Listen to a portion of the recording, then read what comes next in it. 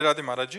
महाराज जी, बार बार पढ़ते हैं सुनते हैं कि संसार दुखालयम और अशाश्वतम है, पर यहाँ से रस बुद्धि हट नहीं रही। प्रभु को मानते हैं पर उनसे प्रेम नहीं हो रहा। ये सब कैसे बदले महाराज जी हमारे अंतःकरण की स्थिति? देखो, वास्तविक बात है कि अभी हम कुछ नहीं जानते हैं। संसार झूठा है ऐसा नहीं जानते। नहीं, हम आपको प्रमाण दें, 2000 रुपए की एक अटैची आपके सामने रखें, आप उस पर प्यार करके दिखाओ, रुपया ही तो है, क्योंकि बंद हो चुका है। हम एक अटैची भर के 2000 की आपके सामने रख दें, आपको पाई भर खुशी नहीं होगी। होगी भला? नहीं खुशी होगी, क्योंकि उसका अस्तित्व वो झूठा हो चुका है, उसका महत्व खत्म हो चुका है। आपकी बुद्धि में जिस दिन जगत का महत्व खत्म हो जाएगा और भगवान का महत्व जागृत हो जाएगा, तो एक क्षण के लिए भी भगवान का विस्मरण आप बर्दाश्त नहीं करेंगे। तद स्मरणेन परम व्याकुलते थे। ऐसे महत्वशील भगवान का हम कैसे विस्मरण कर सकते हैं? तो वास्तविक क्या है कि एक होता है बुद्धि की जानकारी हो जाना और एक होता है हृदय से स्वीकार कर लेना। अभी हृदय से स्वीकृति नहीं हुई कि संसार असत है, ये भोग असत है। बुद्धि में जानकारी हो चुकी है, तो इस जानकारी को जब तक अनुभव में नहीं लाया जाता तब तक जानकारी व्यर्थ ही होती है। तो हमारी जो भोगों में रस बुद्धि है वो तब छूटेगी जब भगवान के नाम में रस बुद्धि हो, भगवान के रूप में रस बुद्धि हो। तो हमको जपना पड़ेगा, बार बार नाम को जिह्वा से रगड़ना पड़ेगा। जैसे दो लकड़ियों के घर्षण से, अति घर्षण से अग्नि पैदा हो जाती है, ऐसे जबान में नाम के घर्षण से ज्ञानाग्नि प्रकट हो जाती है।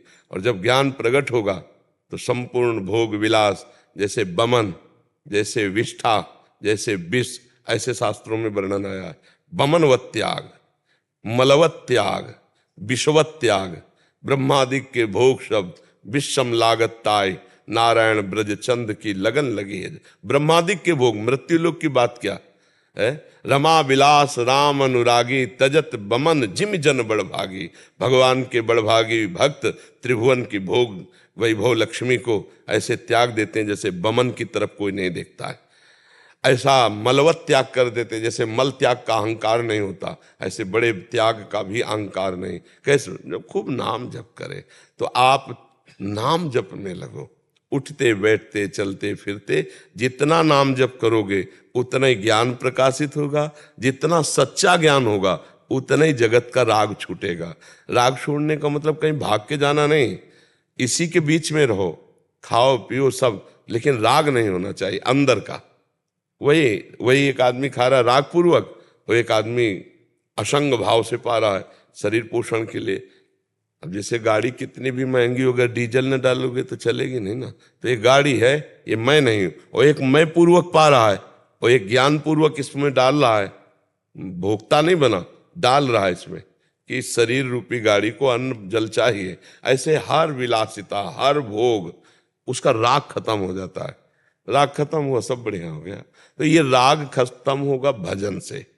जितना भजन, भजन के बिना खूब ज्ञान है, खूब प्रवचन हो रहे हैं, खूब प्रवचन सुने जा रहे हैं, पर परिवर्तन नहीं हो रहा। नाम जब भजन होगा, ये सच्ची बात मान लो, हमारी प्रार्थना मान लो, जितना नाम जप करोगे उतने ही आप उच्चतम आध्यात्मिक जन बन जाओगे। और नाम जप नहीं तो आप योग वासिष्ठ, वेदांत, गीता ये सब कंठस्थ कर लो, लेकिन जिस समय जो भोग आएगा वो आपको गिरा देगा, रौंद देगा। उससे बचने के लिए नाम जप, नाम बल है। जितना अब जप के देख लो, मन नाम में नहीं लगेगा, और नाम में लग गया तो बेड़ा पार हो गया। नाम कलयुग केवल नाम आधारा, सुमिर सुमिर नर उतर है पारा। खूब नाम जप करो। हमारी मान लो कलिकाल है और कोई साधन काम में आने वाला नहीं। देखो, हम खूब जानते हैं कि संसार झूठा है, पर पूरा समय उसी झूठे के चिंतन और भोग में जा रहा है। देख लो आप, ज्ञान होना बड़ा कठिन बात है। ज्ञान की बातें कर लेना, ज्ञान की बातें पढ़ लेना एक अलग बात है, लेकिन समय पर ज्ञान प्रयोग में आ जाए कि अरे यार असत है, ये असत को क्या भोगे, ऐसा ज्ञान अंदर आ जाए और रुचि ना हो, तब माने कि अध्यात्म का कोई रंग चढ़ा है। पर अध्यात्म का रंग ऐसा बिना भजन के लिए चढ़ेगा। खूब भजन करो, और भजन करने के लिए पवित्र भोजन और पवित्र आचरण। अगर व्यभिचार, अपवित्र आचरण और गंदा भोजन, तो विश्वास कीजिए भजन में रुचि नहीं होगी।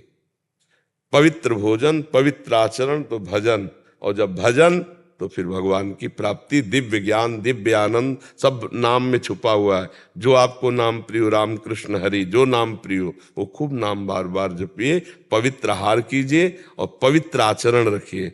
चरित्र पवित्र, भोजन पवित्र, तो भजन खूब डट के होगा। भजन डट के हुआ तो माया से मुक्त हो जाओगे।